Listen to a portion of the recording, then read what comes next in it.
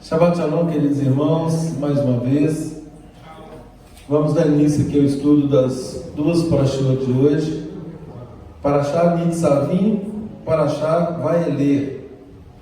Começa em Deuteronômio 29, Devarim, 29, 10 e vai até 31, 30. Então são dois estudos hoje. Aproveitando aí mais uma vez para registrar aí a introdução do Eugênio, que Deus continue abençoando, e eu espero o envolvimento de todos, no seu devido tempo, de acordo aí com o desejo também, que Deus for colocando no coração de cada um, que todos participem. É importante a participação, sobretudo porque requer aí até uma análise mais aprofundada do próprio estudo, para chegar aqui e falar. Então, assim, aprimora o conhecimento e fortalece aquilo que já vem aprendendo aí ao longo do tempo, porque vai ter que repassar. E no ato de repassar, aprendemos bastante também. Então, queridos, Nitzavim, parados ou apostos, como disse o Eugênio aí, Deuteronômio 29, verso 10. Eu vou introduzir com a leitura e aí nós vamos destrinchando aí a Parashá, lembrando que eu vou também focar num tema específico hoje, por conta da festa de Yom Kippur que está se aproximando. Volto a dizer, o último Shabat do mês é esse, do ano, aliás, é este. No próximo Shabat já estaremos entrando no ano 5781. E coincidentemente essa data coincide também com o próximo Shabat. E depois nós trataríamos aí das festividades. Então, 29:10 diz assim: Vós estáis hoje todos perante Adonai, o vosso Deus, os cabeças de vossas tribos, vossos anciãos e os vossos oficiais, todos os homens de Israel, os vossos meninos, as vossas mulheres e o estrangeiro que está no meio do vosso arraial, desde o vosso rachador de lenha até o vosso tirador de água. Gente, que maravilhosa palavra! Primeira coisa que nós temos nesses dois versículos iniciais é: Deus não faz acepção de pessoas. Homens, mulheres, crianças, trabalhadores, todos estão incluídos, todos nesta mistura de gente. Vamos voltar aqui um pouquinho, Êxodo 12, 48 e 49. Alguém abre, por gentileza, Êxodo 12, 48 e 49, e o outro abra Números 15 e 15. Isso, gente, coloca uma pá de cal em qualquer discussão de que a lei é para os judeus, ou a lei é para Israel, ou nós só devemos cumprir 4 mandamentos, aqueles lá de Atos 15, ou nós somos Bnei Noa, nós só cumprimos as 7 leis noéticas. Isso tudo, gente, isso não é bíblico. Isso não é bíblico. O que é bíblico é que Deus estabeleceu um povo, aprove a Ele estabelecer um povo, uma nação sacerdotal, que é Israel, e a partir dessa nação, do estabelecimento de Israel como nação sacerdotal, que Israel fosse luz para todas as demais nações. Já falamos disso aqui várias vezes. Então, por gentileza, leiam aí Êxodo 12, 48 e 49. Se um estrangeiro que estiver com vocês desejar guardar as festas de Pêssego, de Adonai, todos os seus homens deverão circuncidar-se. Assim poderá tomar parte e guardá-la. Ele será considerado natural da terra. No entanto, nenhum circunciso deve comê-lo. O mesmo ensino aplica-se de de maneira idêntica ao natural e ao estrangeiro que vive entre vocês. Então, o mesmo ensino se aplica ao natural e ao estrangeiro. E com relação à festa de Pêssar, tem essa particularidade, a questão da circuncisão, né? Depois nós vamos tratar disso, tá? Mas a ênfase aí é com relação ao mesmo ensino, a mesma lei, a mesma instrução, tanto para o natural quanto para o estrangeiro. Deus não faz acepção de pessoas. Deus não faz acepção de pessoas. Números 15:15. Eu acho que eu vou começar do 14. Pode ser. Se um estrangeiro que mora entre vocês, ou alguém que esteja no meio de Jacó por muitas gerações, também apresentar uma oferta feita com fogo, como aroma agradável para jantar, ele deve fazer do mesmo modo que vocês. Vocês que são da congregação e o estrangeiro que mora entre vocês terão um só decreto. Será um decreto permanente para todas as suas gerações. O residente estrangeiro deve ser igual a vocês perante Jeová. 16 também? Não, só está aí. Mostrando de novo, né, que independentemente de ser estrangeiro, o mesmo decreto, o mesmo estatuto, a mesma lei, a vontade de Deus se aplica a todos. O que diz o 16? Deve haver uma só lei e uma só decisão judicial para vocês e para o estrangeiro que mora entre vocês. Isso, princípio da igualdade, princípio da isonomia, princípio da não acepção. Tiago fala disso lá, né, de não fazermos acepção de pessoas. Então, uma mesma lei, uma mesma Torá, né, para todas as pessoas. Obviamente, para todas as pessoas que fazem techuvá, que se arrependem, para as pessoas que querem ser enxertadas na verdadeira oliveira.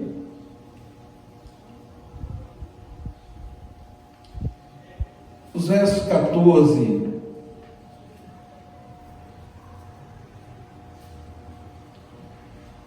verso 12. Então, todos, né? Todos, mulheres, homens, mulheres, crianças, o estrangeiro e os trabalhadores, todos, para que entres na aliança de Adonai teu Deus e no juramento que hoje Adonai teu Deus faz contigo, para que hoje te estabeleça por seu povo e ele te seja por Deus, como te tem prometido, como jurou teus pais, Abraão, Isaque e Jacó. Não é somente convosco que faço essa aliança e esse juramento, porém com aquele que hoje está aqui perante Adonai teu Deus, e também com aquele que não está aqui hoje conosco. Porque vós sabeis como habitamos na terra do Egito e como passamos pelo meio das nações pelos quais viestes a passar. Olha, isso aqui tem uma correlação direta com João, o Evangelho de João 17, 20 e 21. Alguém lê, por favor. João 17, 20 e 21.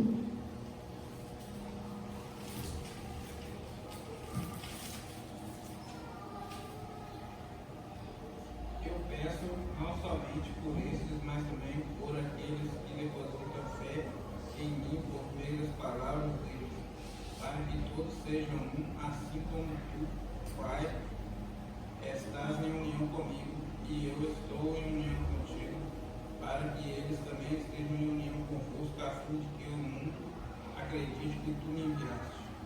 Então essa é uma oração de Yeshua que está pedindo por aqueles que haveriam de vir. Aqui nesse pacto, nessa renovação da aliança com Adonai, resta claro que aquelas pessoas estão assumindo o compromisso da sua descendência, daqueles que ainda haveriam de vir, ou seja, para manterem, manterem o ensino, inculcando, ensinando, falando em todas as circunstâncias, porque aquelas pessoas também integrariam essa aliança. Então, do mesmo jeito que Yeshua disse, para todos aqueles que um dia haverão de crer. Yeshua, ele veio para os daquela geração, para nós hoje, para os nossos filhos, para os nossos netos, para as gerações seguintes. Então o sacrifício dele se perpetua, até a segunda volta dele. Nos versos 18 e 19, gente, há uma advertência severa aqui no que toca a questão da idolatria. 29: para que entre vós não haja homem, nem mulher, nem família, nem tribo, nem cujo coração hoje se desvie de Adonai, nosso Deus, e vá servir aos deuses dessas nações, para que não haja entre vós raiz que produza erva venenosa e amarga. Ninguém que, ouvindo as palavras desta maldição, se abençoe no seu íntimo, dizendo: terei paz, ainda que ande na perversidade do meu coração, para acrescentar à sede a bebedice. O que está dizendo aqui, gente? A pessoa, mesmo sabendo que ela está errada, ela coloca no coração dela que ainda assim, é tipo assim: mas eu sei que eu estou errado, mas Deus não há de se incomodar com isso. Ele perdoa tudo. Hã? Ele perdoa tudo. Deus é misericordioso, Deus é Pai, afinal de contas, Deus é Pai, Deus vai me perdoar, Deus não vai levar isso em conta. Então, a própria pessoa se auto-justifica.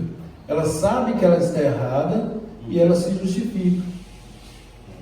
Então, assim, o perigo disso, É uma aprovação falsa. Exatamente, com certeza, com certeza. Tudo, gente, se resume à obediência aos mandamentos de Deus. Esse pacto, essa renovação do pacto, nada mais é do que uma ênfase àquilo que Deus já havia estabelecido. E o tempo todo Deus está chamando o povo à obediência, o tempo todo. E aqui mais uma vez, corroborando, fortalecendo o desejo de que Israel fosse efetivamente uma nação sacerdotal, um exemplo para o resto do mundo. Mas, em razão da Yetzirará, e aí entra de novo aquele versículo, todos pecaram e destituídos estão da glória de Deus, eles não permanecem firmes nesta aliança, mesmo na renovação dessa aliança. Eles não permanecem firmes. E aí essa maldição, o Eugênio falou sobre isso, o sucesso está ligado à obediência. O que o mundo evangélico apregoa é de que aceite Jesus, e você será próspero. Agora é um aceitar que vem da graça, que vem de qualquer esforço ou atuação humana. E a palavra de Deus, a Torá, ela diz exatamente o oposto. Agrada-te do Senhor e Ele satisfará os desejos do seu coração. Se você buscar o reino de Deus em primeiro lugar, as outras coisas serão acrescentadas. Enquanto o mundo evangélico corre atrás de bênçãos, na Torá a bênção corre atrás da gente. Amém. Entendeu? Quanto mais obediência, usando as palavras do Eugênio, é uma relação diretamente proporcional. Quanto mais obediência, mais prosperidade. Por quê? Porque isso é promessa de Deus. Isso é promessa de Deus. Agora, eu não posso, a pretexto de que Yeshua pagou por mim o preço e tal, eu não preciso fazer mais nada. Eu não posso dizer isso ou alegar isso. Por quê? Porque tem uma parte que nos compete, gente. E Yeshua, é lógico que ele nos resgata da nossa inclinação da carne, para a partir de agora nós servirmos. Paulo coloca isso muito bem. Paulo coloca que agora nós servimos, ou seja, continuamos servindo. Nós vamos servir agora, não mais na caducidade da letra, mas pelo Espírito. Deus fala, a lei agora não é mais em tábuas de pedra. Ele não diz, agora não tem mais lei. Ele diz, não é mais aqui, agora é ali. Aonde? No coração. Mudou só o lugar. Mudou só o lugar. Ou seja, a mesma lei. Agora no coração. Como que uma pessoa, que Deus, tendo dito isso, inclusive isso registrado no Novo Testamento, e Yeshua havendo dito também em Mateus 5,17, que não veio para revogar, não penseis que vim para revogar a lei ou os profetas, eu não vim para revogar, e sim para cumprir, né? E no versículo seguinte ele diz, ai daquele que ensinar ou distorcer o mandamento a qualquer outra pessoa, será chamado mínimo por aqueles que estão no reino de Deus, e aquele que guardar e ensinar os mandamentos, esse terá uma consideração maior no reino de Deus.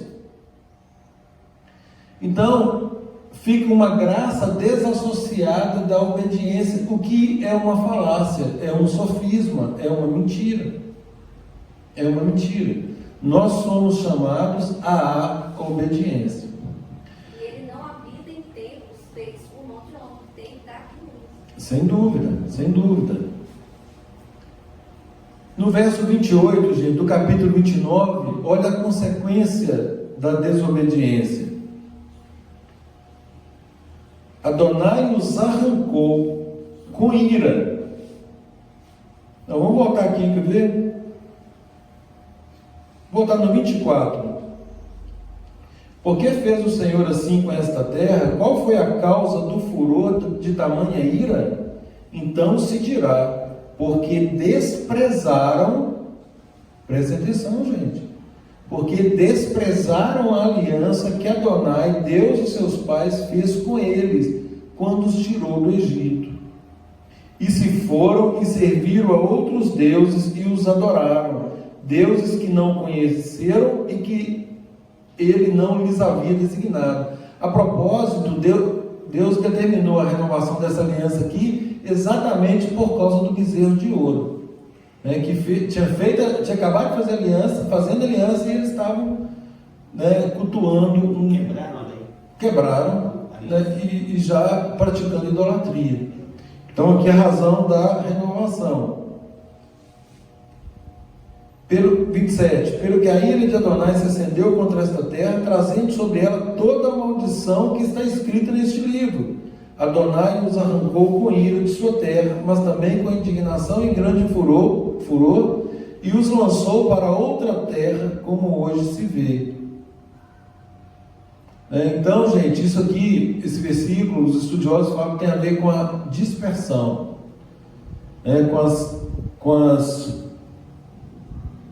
com os dois cativeiros, né? Tanto o cativeiro babilônico inicialmente e depois, aliás, o cativeiro assírio e depois o cativeiro babilônico. Ou seja, eles só foram cativos, levados ao cativeiro por conta da desobediência. Se eles tivessem se mantido fiéis a Deus, certamente nada disso teria acontecido.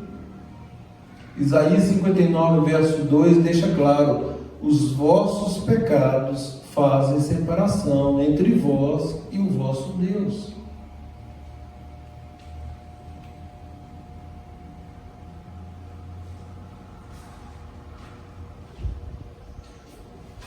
Vinte e nove. As coisas encobertas pertencem a Adonai nosso Deus, porém as reveladas nos pertencem, a nós e a nossos filhos para sempre, para que cumpramos todas as palavras desta lei. Ou seja, o que está claro, tem que ser obedecido. As coisas encobertas aqui, isso aqui é com Deus. Agora as claras, isso é conosco. Leia por gentileza, Eugênio, abre por favor. Marcos 13, 32. Rodrigo, Atos 1, 7. Eugênio, Marcos 13, 32. Rodrigo, Atos 1, 7.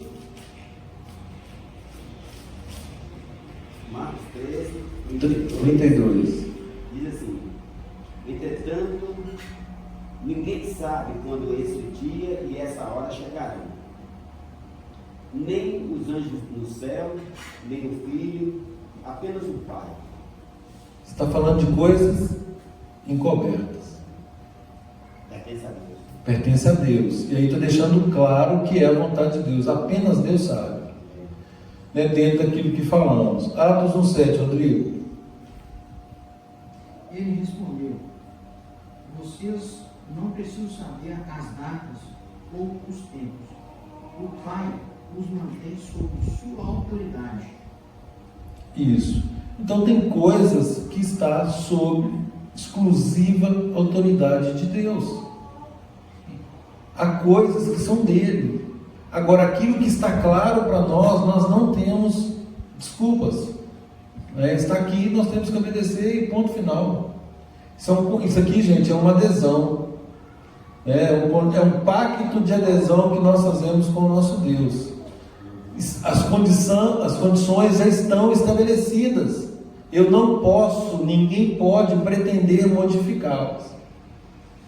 Aqui está falando que tem que guardar o Shabat, mas não existe mais.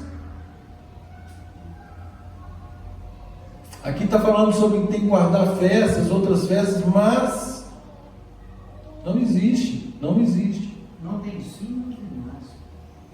Sim, sim, não, não. Não tem emenda. Não tem. Não tem vontade humana aqui, gente. Aqui é a vontade de Deus. A vontade de Deus, ela está claramente exposta. E aí Deus nos chama à adesão. Contrato de adesão é muito conhecido no meio jurídico, que é aquele contrato que a gente não discute cláusulas. Não discute cláusulas.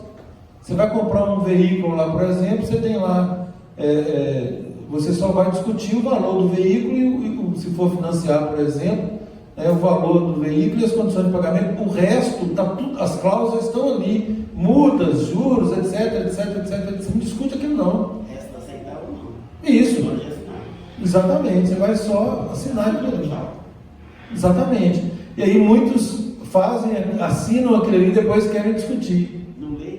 Isso. E aí fala que os contratos de adesão, em regra, eles não são discutíveis, em regra. Tem coisas que dá para discutir, mas em regra não.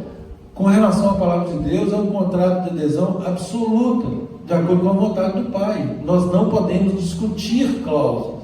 Por exemplo, aqui fala sobre, a Torá diz que sobre as relações sexuais ilícitas. E aí lista lá, a questão do mesmo sexo, do parentesco, pai com filho, pai com filha, filho com mãe, etc. E fala que isso é relação sexual ilícita. A despeito da evolução de uma sociedade, nós não podemos modificar nada disso em decorrência da modernidade. Não tem espaço para isso. Não tem espaço para isso. A vontade de Deus é que é boa, perfeita e agradável. E a nossa é sempre deturpada. Sempre. Nós não podemos, por exemplo, o Shabat. Alguns falam assim, hoje nós não precisamos guardar o Shabat, mas não, nós podemos guardar qualquer dia. Que loucura é essa? Como uma pessoa pode desfazer algo que Deus fez, que Ele declarou santo, que Ele separou, e o que é pior, declarar outro dia que ele não disse que é como santo. Ou seja, olha a gravidade disso. Ele desfaz aquilo que Deus fez e estabelece por cima daquilo que Deus fez algo que Ele está fazendo como impondo aquilo para Deus. Quer dizer, é um paradoxo, é uma contradição, é um abuso, não dá para compactuar com isso. O capítulo 30 começa assim: quando, pois, todas essas coisas vierem sobre ti, a bênção e a maldição. Ou seja, gente, algo virá sobre nós. Algo virá. O que virá?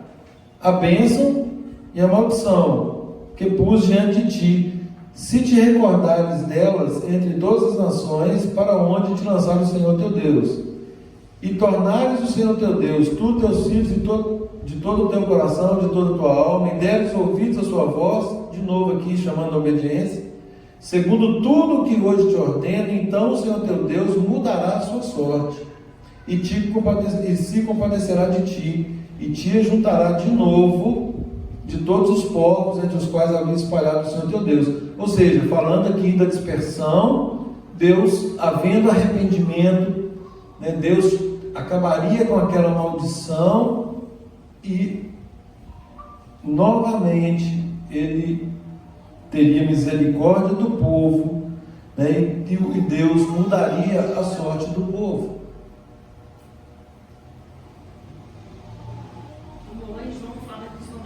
Deus não são penosos, né? E nessa paraxá fala também, para não ficar preocupado, achando que vai ser capaz de obedecer a Torá, porque os mandamentos não são distantes ou inacessíveis, né? Exatamente. Estava conversando semana com uma pessoa sobre a educação de filho, então está aqui a confirmação, né?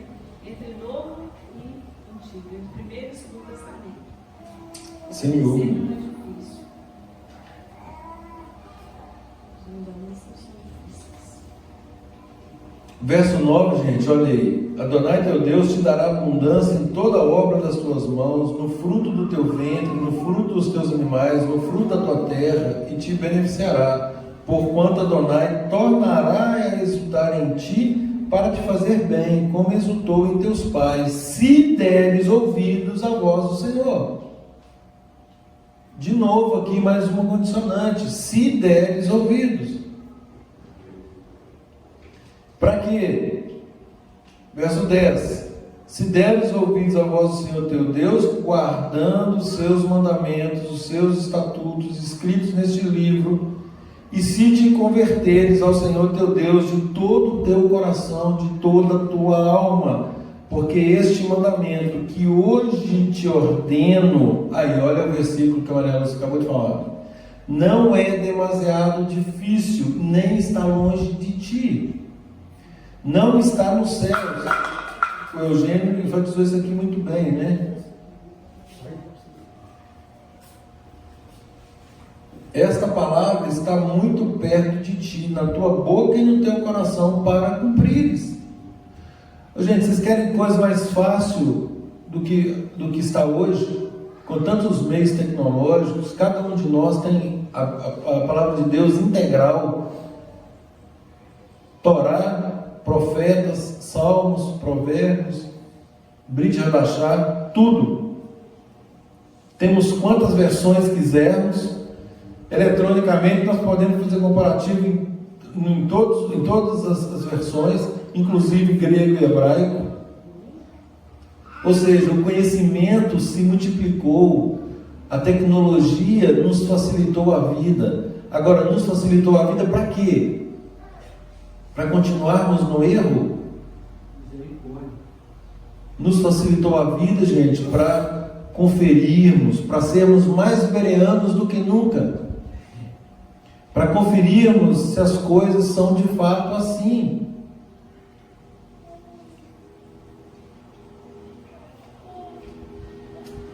Verso 15: vê que proponho hoje a vida e o bem, a morte e o mal, ou seja, a bênção e a vida, a morte e a maldição. Se guardares o mandamento que hoje te ordeno, que ames ao Senhor teu Deus e andes nos seus caminhos, guardes seus mandamentos, seus estatutos e juízos, então viverás e te multiplicarás, e o Senhor teu Deus te abençoará na terra qual passa para possuí-las. Porém, verso 17: Se o teu coração se desviar e não quiseres dar ouvido, e fores seduzido, e te inclinares a outros deuses e os servires, então hoje te declaro que certamente perecerás. Não permanecerás um longo tempo na terra qual vais passando o Jordão para possuíres. Gente, olha agora a seriedade disso aqui, o Eugênio também citou. Os céus e a terra tomam hoje por testemunhas contra ti, que te propus a vida e a morte, a bênção e a maldição. Escolhe, pois, a vida, para que vivas, tu e a tua descendência, amando o Senhor teu Deus, dando ouvidos à sua voz, apegando-se a Ele, pois disso depende a tua vida e a tua longevidade, para que habites na terra que Adonai, sob juramento, prometeu dar a teus pais, Abraão, Isaque e Jacó. Gente, as duas testemunhas contra nós, céus e terra. Os estudiosos, nossos sábios, dizem que a justificativa, para que Deus renove céus e terra, por isso que Deus vai destruir e vai fazer de novo céus e a terra, e que essa justificativa é exatamente para eliminar os céus e a terra que hoje são com testemunhas contra nós. Ou seja, vou apagar a vergonha. Vou apagar esta vergonha. Apagar esse testemunho. Isso. Isso acontece muito, né? Isso no mundo criminoso, as pessoas apagam os testemunhos. Aqui é para que não haja mais, porque como Ele fará novas todas as coisas, então tudo isso vai ser renovado, e aí não haverá mais essas testemunhas contra.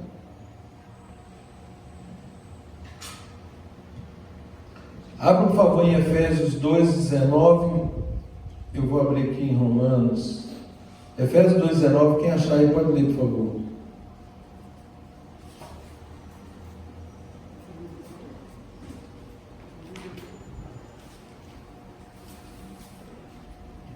Assim vocês não são mais estranhos e estrangeiros, mas são concidadãos dos santos e membros da família de Deus. Lê de novo, Cleiton, por favor. Assim vocês não são mais estranhos e estrangeiros, mas são concidadãos dos santos e membros da família de Deus.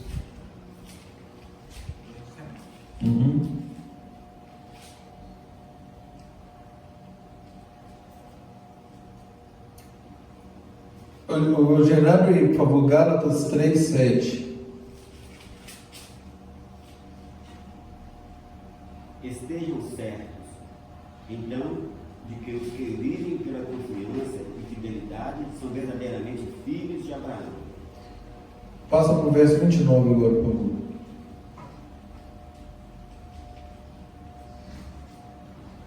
3:29.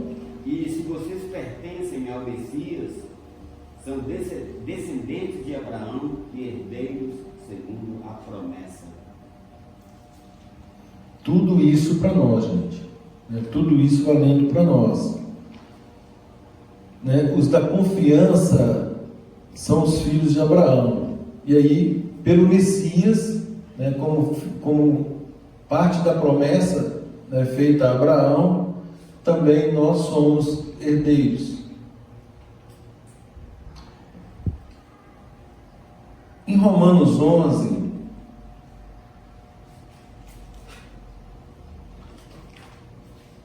eu queria enfatizar a questão da oliveira, o que aconteceu aí ao longo do tempo com Israel, nesses altos e baixos aí, e aí o que resultou para nós, enquanto aqui no Ocidente, o que recebemos de mensagem e o que isso acabou nos causando. E glorificando a Deus aqui hoje, lógico, mais uma vez, por ter nos permitido fazer o retorno a essas raízes. Romanos 11,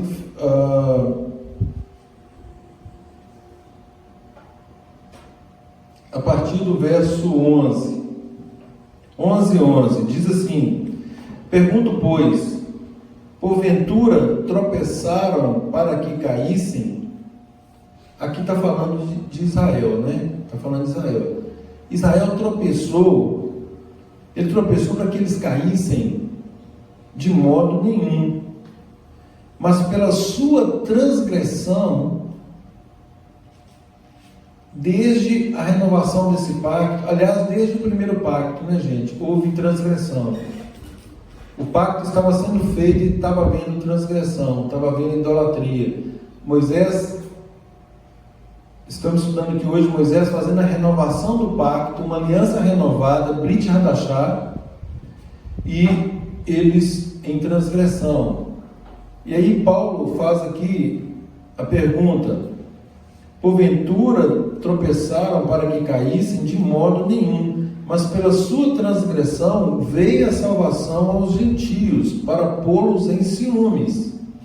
Ora, se a transgressão deles redundou em riqueza para o mundo, o seu abatimento em riqueza para os gentios, quanto mais a sua plenitude.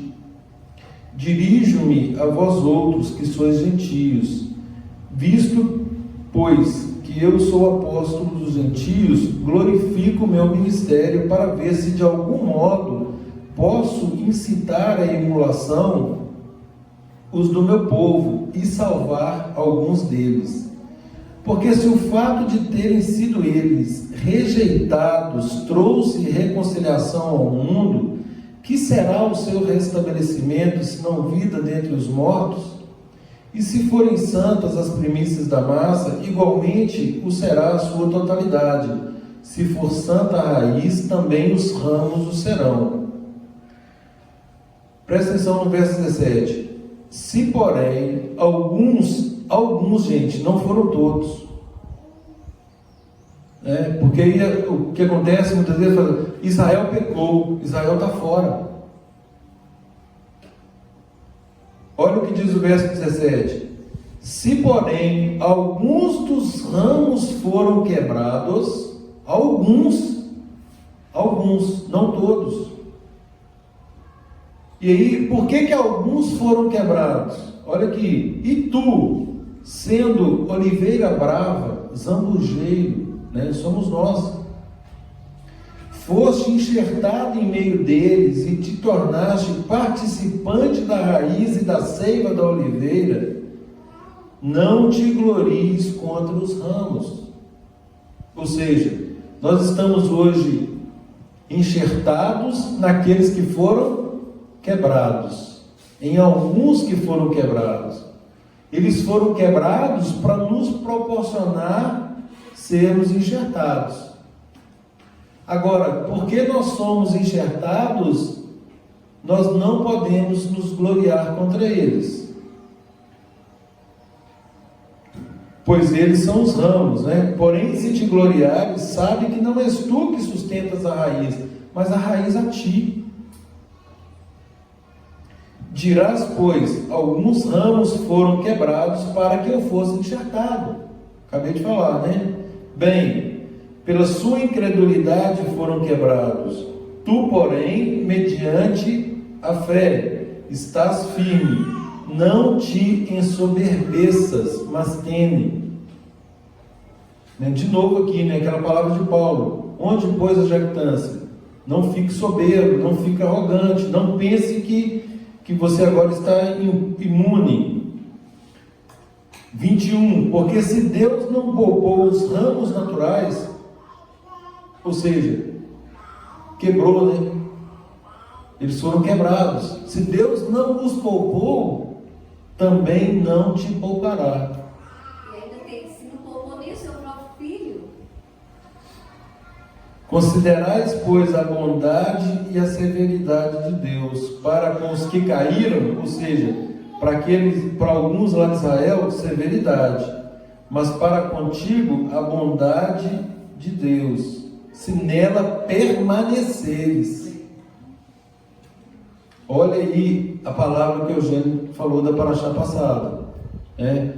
Primeiro nós enfatizamos o se entrarmos, né? Bom, então já que passamos, nós entramos. Quando entrares, tomem posse, usufruam, permaneçam, né?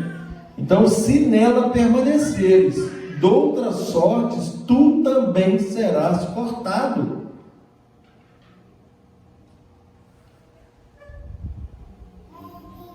Gente, alguns foram quebrados porque desobedeceram.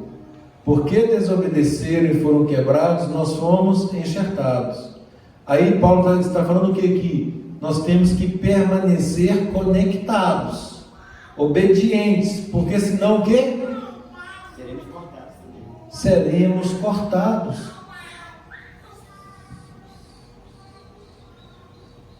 Gente, nós somos chamados para isso, para vivermos uma vida de obediência. Não é obediência hoje, desobediência amanhã, obediência no dia seguinte, desobediência depois da manhã, e nessa vida de altos e baixos. Amor, eu estou pensando no que aconteceu no Holocausto. As Aham. pessoas perguntarão o que houve, o que esse povo fez contra Deus para cair uma grande tragédia assim. Eles tiveram uma grande demonstração de amor e foram desobedientes, e depois aconteceu o que aconteceu com eles, né?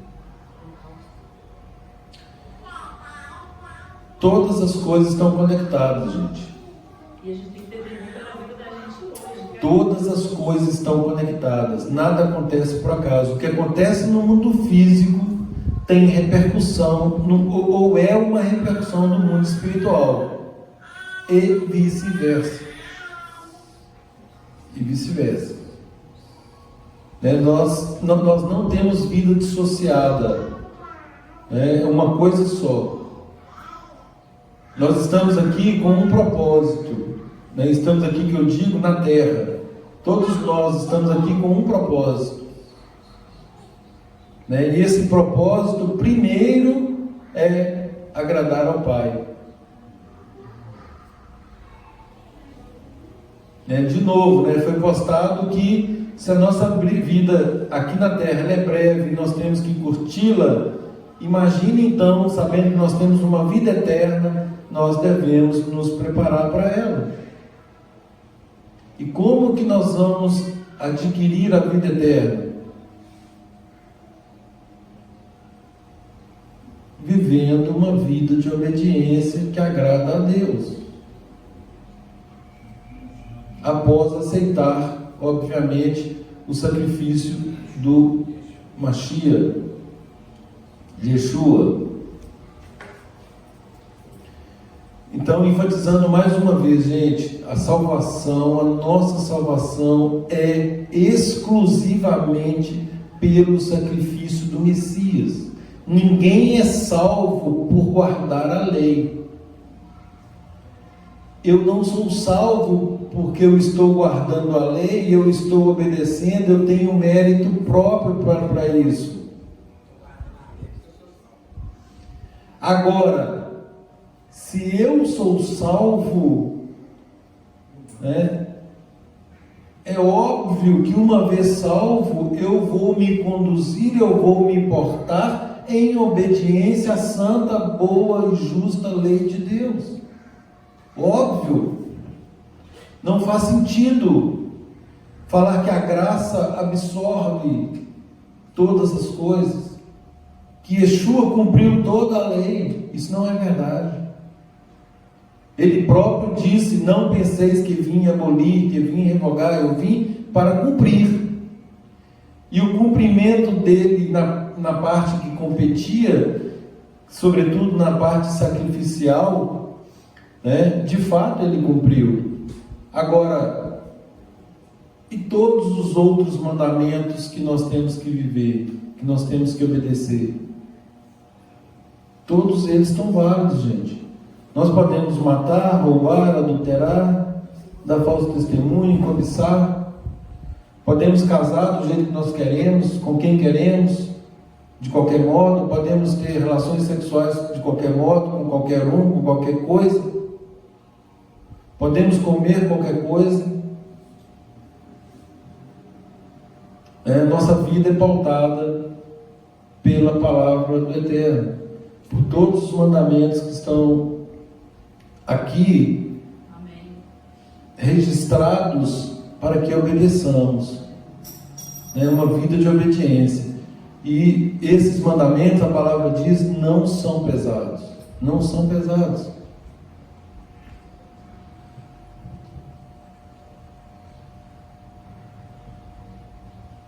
Atos 13, 38 a 41. Cleiton, Rodrigo, Atos 17, 30, por favor.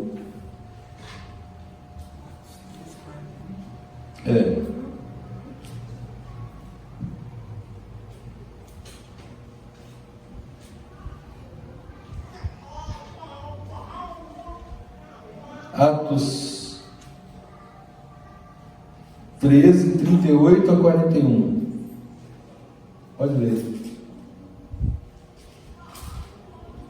Vejam isso, os zombadores, pasmem-se e desapareçam, pois eu estou realizando uma obra nos teus dias, uma obra que vocês jamais acreditarão, isso que lhes seja contado em detalhes.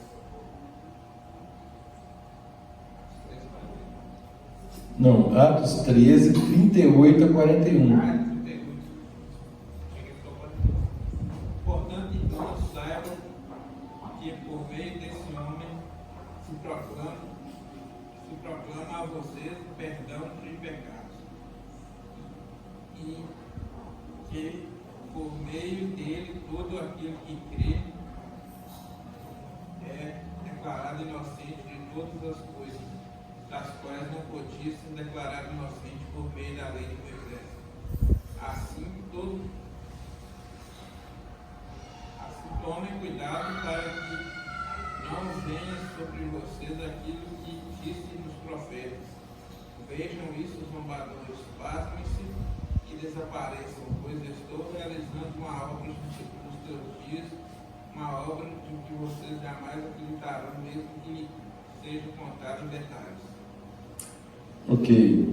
Você está falando aí do sacrifício do Messias. 17:30. No passado, Deus não levou em conta essa ignorância, mas agora Ele ordena a todas as pessoas, em todos os lugares, que se voltem para Ele, abandonando os seus pecados. Então, gente, Deus não levou em conta o tempo da ignorância, mas agora Ele exorta a todos, que se arrependam dos seus pecados. Em outro texto diz que Deus não tem prazer na morte do ímpio. Antes, ao contrário, Ele quer que todos se arrependam, todos cheguem ao arrependimento.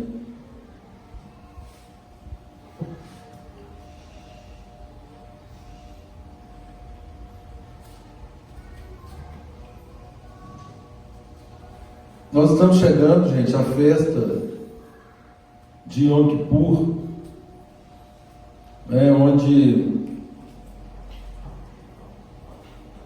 lembramos o sacrifício do Messias pelos nossos pecados e onde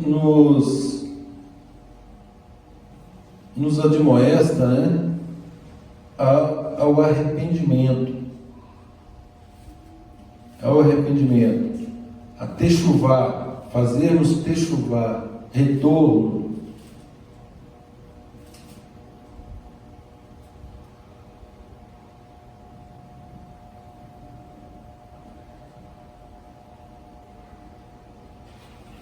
Eu quero enfatizar essa questão do arrependimento hoje. Nós falamos na semana passada, Eugênio, por favor, em João 10, verso 9. Nós falamos na semana passada sobre a porta. João 10, 9. Rodrigo, abre, por favor, Deuteronômio 8, 3. Wellington, Mateus 4, 4 e Cleiton, Lucas 4:4.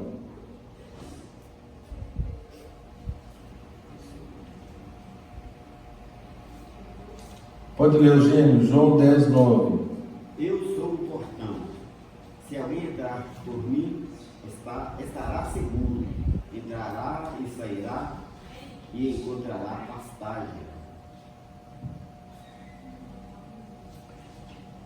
Quem está falando aí, Eugênio? Yeshua. Aquele que entrar por ele encontrará pastagem, se sentirá seguro, estará salvo. Essas pastagens aí, gente, são o nosso alimento. Sobretudo, a palavra de Deus. Nem só de pão viverá o homem, mas de toda palavra que procede da boca de Deus. Deuteronômio 8:3. Pode ler. Ele os humilhou, permitindo que vocês se tornassem famintos, e então alimentou-os como maná, desconhecido por vocês e por seus antepassados, para fazê-los entender que nem só de pão viverá o homem, mas de tudo que procede da boca de Adonai. Aleluia. Mateus 4:4. Velho.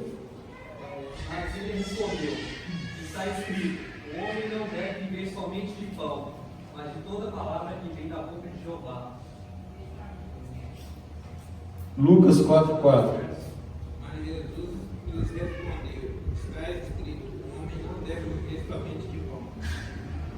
Citado lá Em vários lugares. Ele está, Começando no Velho Testamento, Deuteronômio, todo o Novo Testamento. quando ele fala que está escrito, é porque ele está na lei. Exatamente. Está na lei. Está escrito. Exatamente. Ele não tirou debaixo do braço, como diz o outro, está determinado a ordem.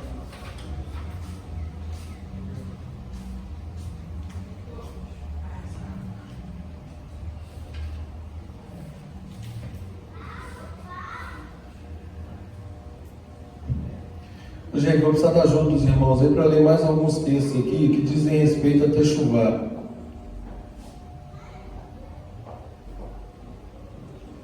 Eugênio, abra para mim, por favor, Gênesis 3, de 1 a 7, Cleiton, Atos 2, 38, Wellington, Atos 3, 19,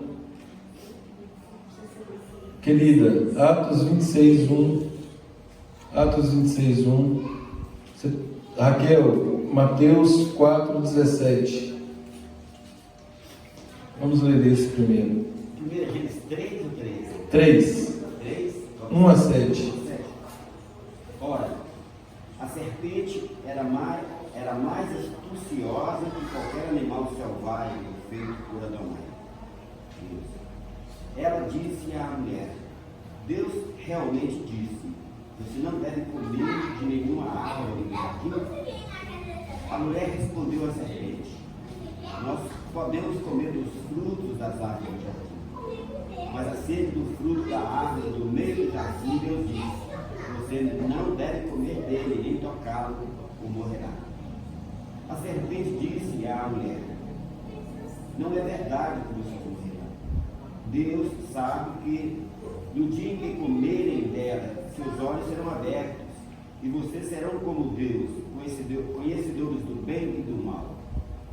Ao ver a mulher que a árvore era boa para alimento, de aparência agradável e desejável para dar conhecimento, pegou um dos seus frutos e comeu.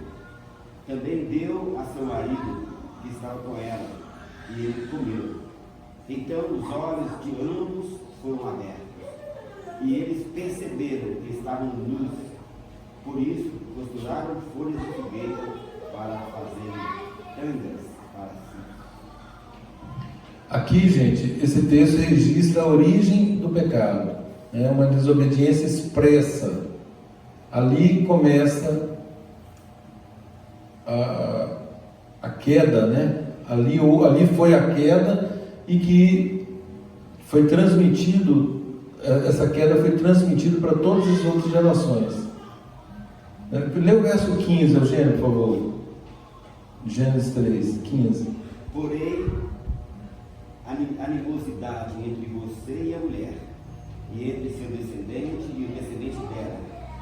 Ele ferirá sua cabeça, e você lhe ferirá o calcanhar. Isso, ali nasce a promessa do envio do Messias, né? O Filho do Homem que esmagaria a cabeça da serpente. Atos 2:38.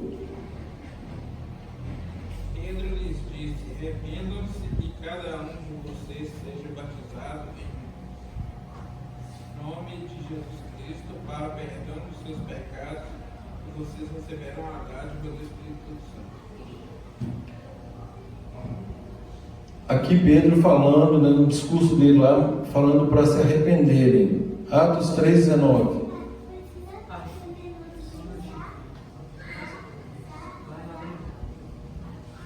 Arrependam-se.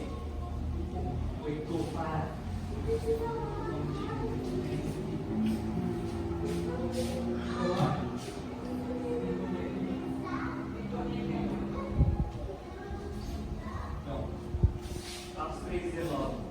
Arrependam-se, portanto, e deem meia volta, a fim de que os seus pecados sejam apagados, para que venha tempo de refrigério da parte de Jeová. Arrependam-se e façam techuvá, né? Deem meia volta. Para quê? A fim de que os seus pecados, né, sejam apagados, né, para que tenham tempos de refrigério da parte de Jeová. Amém. Atos 26:1. Agripa disse a Shaul, concedo e permissão para falar a seu favor. Então Shaul gesticulou e deu início à sua defesa. O 1 é isso. Para ler o 2 também? Não é isso, não. 26, 1 é isso. Devo ter contado errado. Mateus 4:17. Daquele tempo em diante, Jesus começou a pregar e a dizer: arrependam-se, pois o reino dos céus está próximo. Arrependam-se, pois o reino dos céus está próximo. Rodrigo, Marcos 8:34-36. Eugênio, Lucas 9:23-25. Querida, 14:26-33. Lucas. E Cleiton, Mateus 10:37-39. O meu é Marcos 8:33-34, é isso? Marcos 8:34-36. O meu Lucas 14:26-33. Mateus 10. 37-39.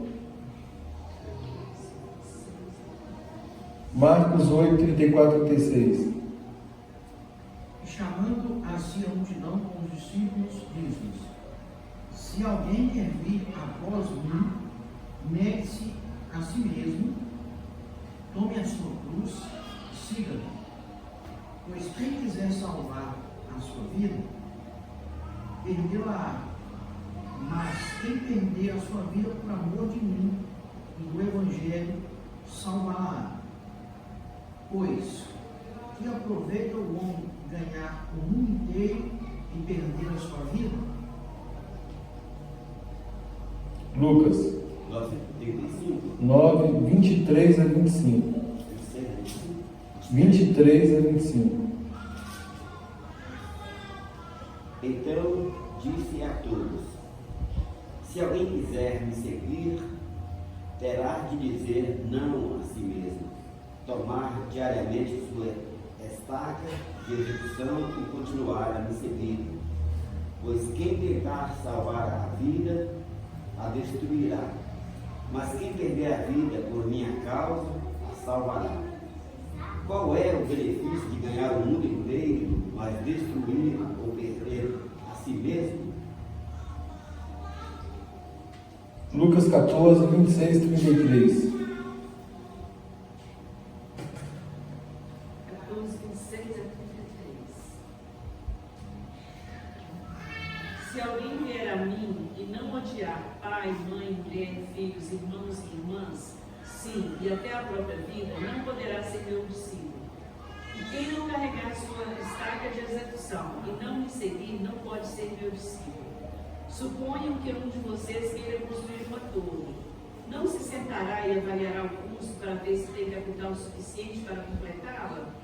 Se não o fizer, quando tiver lançado a licença, se não for capaz de terminá-la, todos os que ouvirem caçoarão de você, dizendo: este é o homem que começou a construir, mas não pôde terminar. Ou suponham que um rei pretende declarar guerra contra outro rei.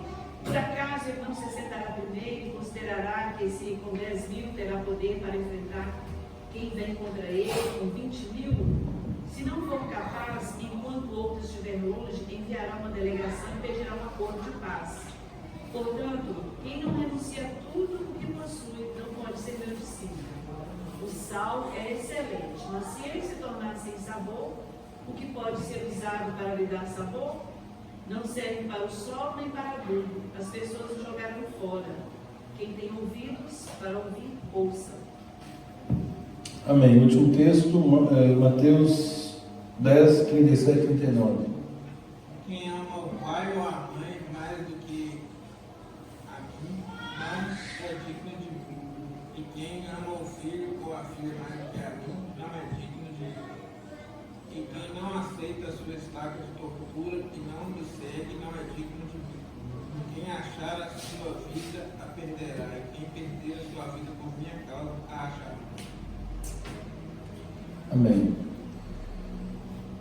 Queridos, fazer techuvá, quando Moisés admoesta o povo a se arrepender e fazer techuvá, até aquele momento eles tinham a promessa do Messias, sabiam da importância e do papel do Messias, mas o Messias não havia vindo, né? Não tinha vindo ainda.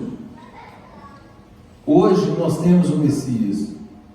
Hoje, como o Eugênio leu ali em Gênesis 3,15, Deus já cumpriu a promessa do envio do Messias. Deus estabeleceu o Messias como a porta que nos dá o acesso a Ele. Deus estabeleceu por meio dele, ele faria essa reconciliação. Ou seja, hoje um padrão de techuvá passa necessariamente pelo Messias. Não existe, enquanto Moisés admoesta o povo a retornar à obediência aos mandamentos, hoje techuvá é a obediência aos mandamentos, só que agora sob o crivo do Messias.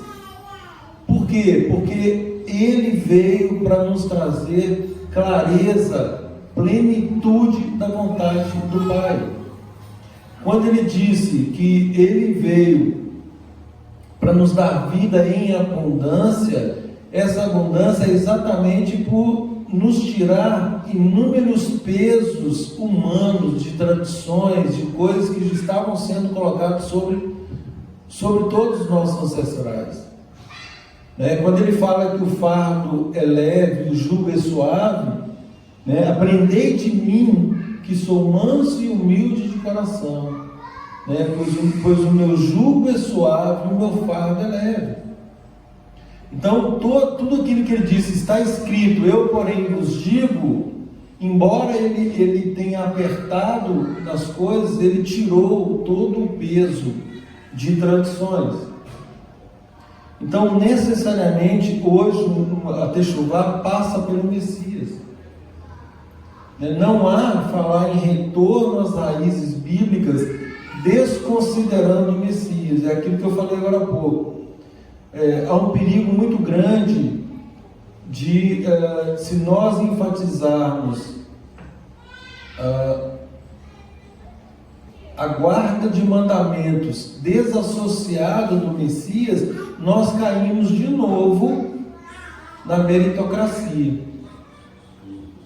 E para a meritocracia, Deus disse: a justiça de vocês é como trapos de imundícia. Os vossos pecados fazem separação entre vocês e mim, entre eu e vocês. Ou seja, nada que vocês façam, vocês conseguem se apresentar limpos diante de mim. Para isso que ele mandou o Filho dele, o qual não cometeu pecado, nem dolo algum se achou em sua boca. Ele é o único justo que poderia nos substituir.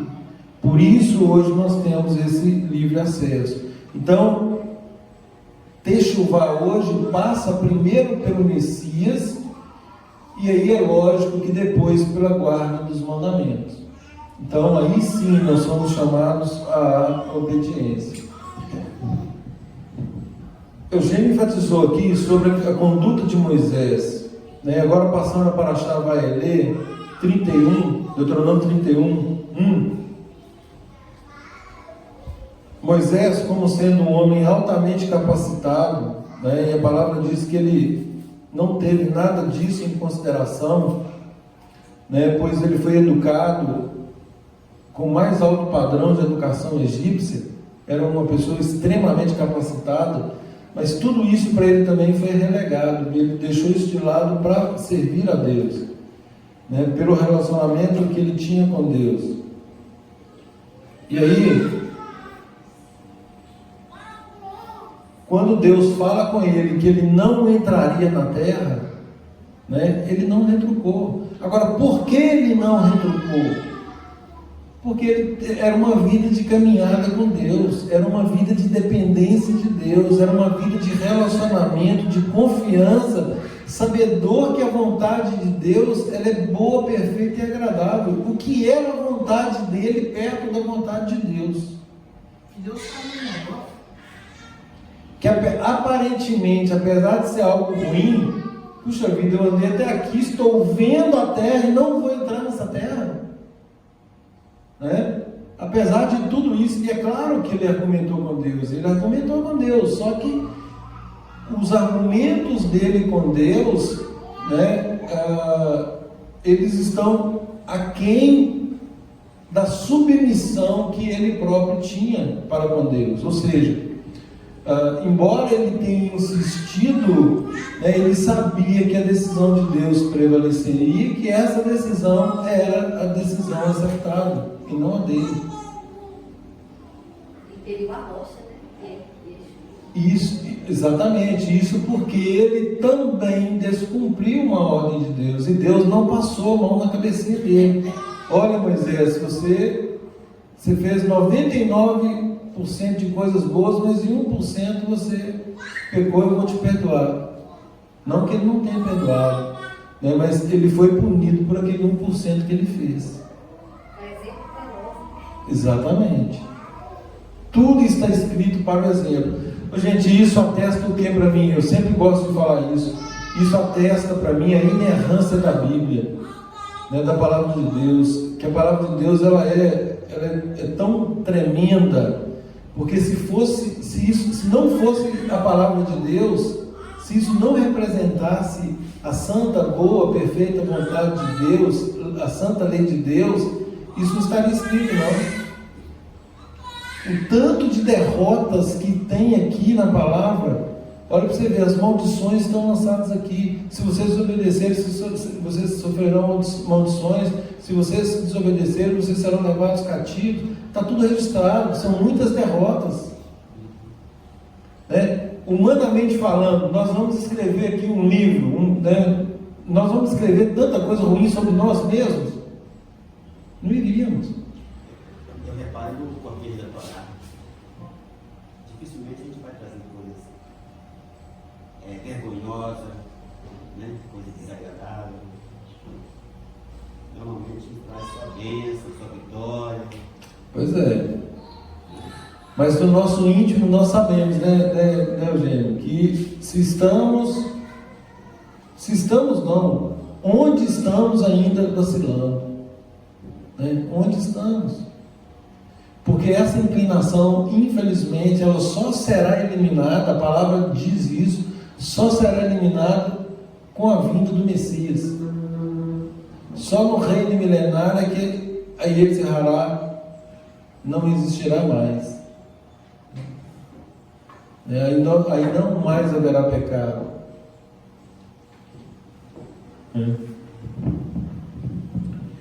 Então, gente, Moisés, apesar de tudo, né,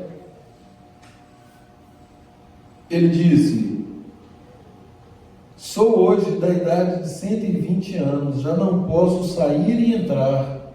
Adonai me disse: não passará no Jordão. Adonai teu Deus passará diante de ti, destruirá essas nações que estão aí, tu a possuirás. Josué passará diante de ti, como Adonai tem dito.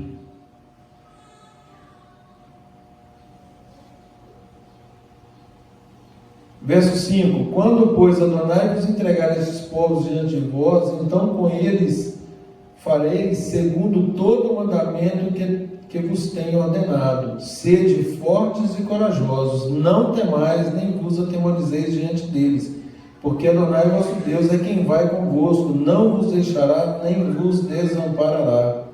Chamou Moisés a Josué e lhe disse na presença de todo Israel: Sê forte e corajoso, porque com este povo entrarás na terra que Adonai, sob juramento, prometeu dar a vossos pais, e tu os farás herdá-la.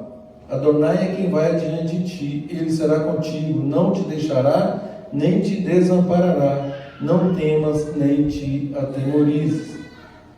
Então aqui Moisés encoraja Josué acerca da promessa de Deus, né?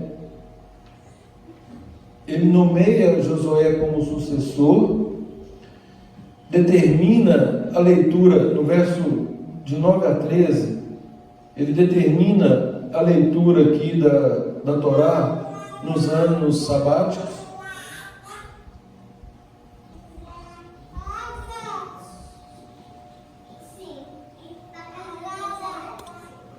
No verso 8, gente, ele diz para Josué, para a confiança dele, para que a confiança dele esteja apenas em Deus.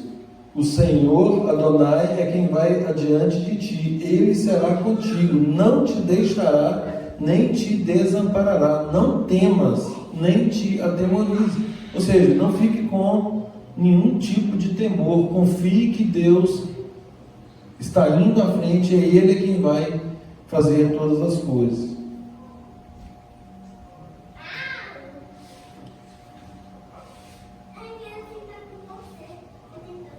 No verso 10 aí, gente, a cada 7 anos, né, conforme eu já falei, a leitura sabática da Torá. No verso 12, ele manda juntar todo o povo, ajuntar o povo, homens, mulheres, meninos, estrangeiros, todo mundo, mais uma vez, né, para que ouçam e aprendam e temam Adonai vosso Deus e cuidem de cumprir todas as palavras dessa lei. É alguma palavra? Algumas palavras? Todas as palavras. Para que seus filhos que não a souberem ouçam e aprendem a temer o Senhor vosso Deus todos os dias que viveis sobre a terra, sobre a qual ides, passando o Jordão para possuir. E a partir do verso 14, aí Deus estabelece a profecia de desobediência. Deus já deixa registrado que o povo se desviaria. Muito triste, né? Com tanta experiência, com tanto relacionamento pessoal, ainda assim eles deixariam de lado essa aliança. E aí, gente, isso lembra aquela palavra de Paulo, né? Fala que aquele que pensa estar em pé, cuide para que não caia. Mais uma vez aqui, por que a jactância? Por que a arrogância? Por que a prepotência? Por que a soberba? Cuidem, ou cuidemos, qualquer um pode cair. Que Deus nos livre disso.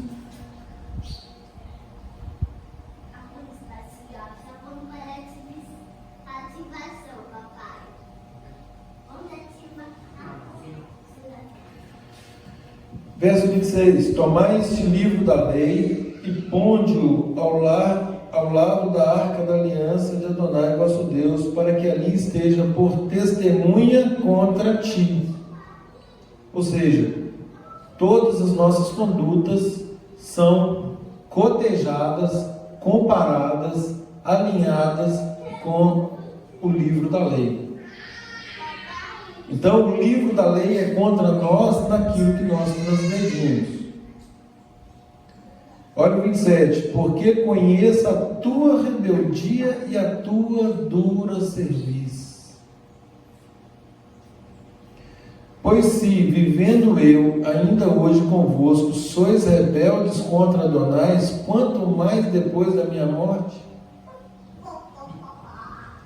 Gente, se depois de tudo isso, vocês estão desobedecendo, depois que partir, acabou. Ajuntai perante mim todos os anciãos das vossas tribos, os vossos oficiais, para que eu fale aos seus ouvidos essas palavras, e contra eles, por testemunhas, tomareis os céus e a terra, mais uma vez.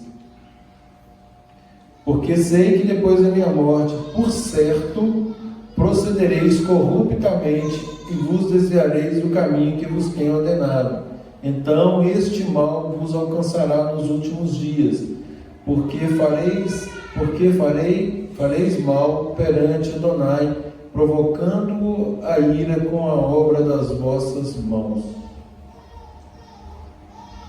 E aí, como assunto da próxima Parashá Razim, é o cântico de Moisés, né? Então ele pronunciou integralmente as palavras desse cântico aos ouvidos de toda a congregação de Israel.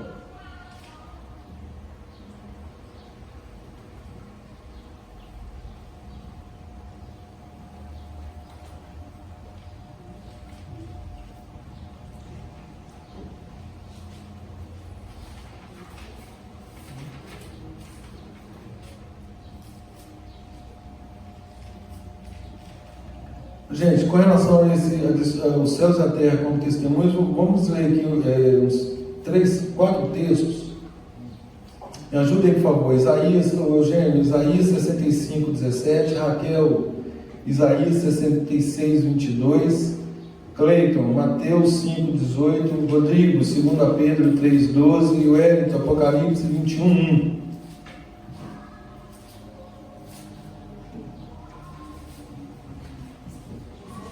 Pedro 3:13. Isaías 65, 17. Isso. Por isso, vejam, crio novos céus e nova terra. As coisas passadas não serão lembradas. Elas não mais virão à mente. Isso. Assim como os novos céus e a nova terra que eu faço permanecerão diante de mim, diz Jeová, assim também permanecerão a descendência e o nome de vocês. Amém. Que eu Mateus. faço, já foi presente, não? Hã? Que eu faço, a nova terra que eu faço. É uma profecia. Mateus 5,18. Eu lhes garanto que será mais fácil passar céu e terra do que passar a menor letra ou traço ou traço de uma letra da lei, sem que tudo se cumpra. 2 Pedro 3,13. Nós, porém, de acordo com a sua promessa, esperamos novos céus e nova terra, nos quais a justiça se sentirá em casa. Novos céus e nova terra, nos quais a justiça se sentirá em casa. Por fim, Apocalipse 21:1. E um novo céu e uma nova terra, pois o céu anterior e a terra anterior tinham passado, e o mar já não existia. Destruição das duas testemunhas, hein? Tudo se fez novo.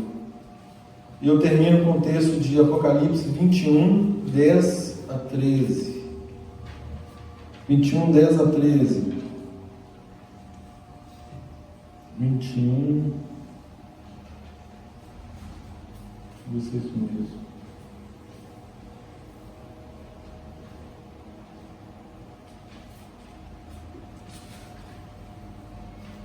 Sim, 10 a 13. Não, vou começar com 9. Então veio um dos 7 anjos, que tem as 7 taças, cheias dos últimos 7 flagelos, e falou comigo, dizendo: Vem, mostrar-te-ei a noiva, a esposa do Cordeiro. E me transportou em espírito até uma grande e elevada montanha, e me mostrou a santa cidade, Jerusalém, que descia do céu da parte de Deus, a qual tem a glória de Deus. O seu fulgor era semelhante a uma pedra preciosíssima, como pedra de jaspe cristalina. Tinha grande e alta muralha, 12 portas. Prestem atenção aqui nesse verso, gente. Tinha grande e alta muralha, 12 portas, e junto às portas 12 anjos, e sobre elas nomes escritos, que são os nomes das 12 tribos dos filhos de Israel.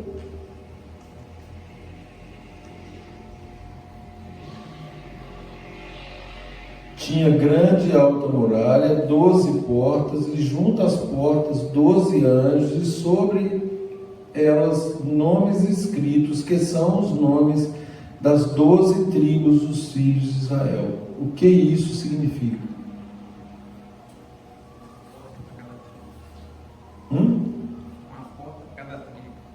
Uma porta para cada tribo. E, por consequência, né, a entrada se dará por uma porta das 12 tribos. De novo, nós voltamos na questão da oliveira. Nós somos enxertados na oliveira. Não é a oliveira que é enxertada em nós. Nós somos enxertados lá. A volta de Yeshua obrigatoriamente passa por uma das 12 portas, onde estará escrito o nome de uma das tribos. Então, gente, isso é Techuvá, isso tem a ver com a nossa reconexão com Israel. O que eu estou dizendo? Eu estou dizendo que nós temos que nos esvaziar de todo o conhecimento cristão que rompeu com Israel.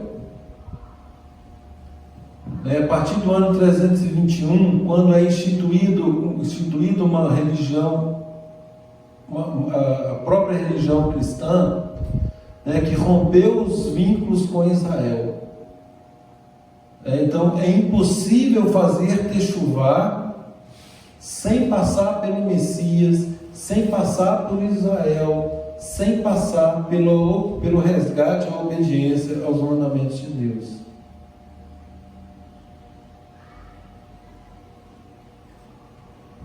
Que o Senhor tenha misericórdia de todos nós aqui, que possamos realmente identificarmos isso, termos isso muito claro em nossa mente, para sabermos responder a qualquer um que nos pedir razão da nossa fé.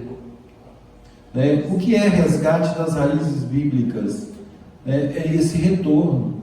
Esse retorno sabendo que eu sou uma oliveira, nós somos uma oliveira brava, que foi enxertado no lugar de um galho que foi quebrado, de alguns, por causa de alguns. Agora, nós é que vamos para lá, não eles que vêm para cá. Nós é que nos associamos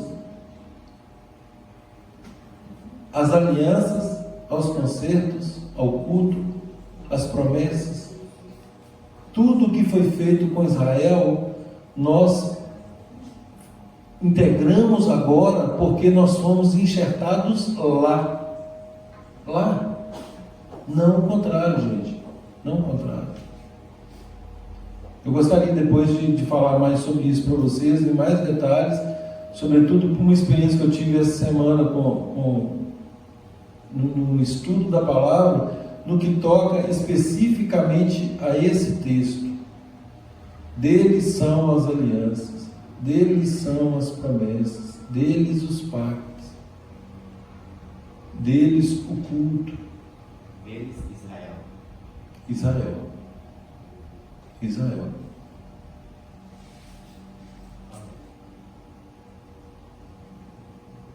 Que possamos ter clareza sobre essas coisas, e sabedores de que Deus nos chama ao arrependimento. Estamos chegando, volto a dizer, a Yom Kippur, tempo de meditação, tempo de retificação, Agora sim, retificação, correção, mudança de vida, arrependimento, para que possamos obter o perdão de Deus, né? Para que possamos viver em obediência, para que nenhuma dessas maldições que estão aqui lançadas venham sobre os filhos da desobediência, porque nós somos dos que, nós não somos, né, dos que retrocedem. E aliás, Deus não tem prazer, né, naqueles que retrocedem.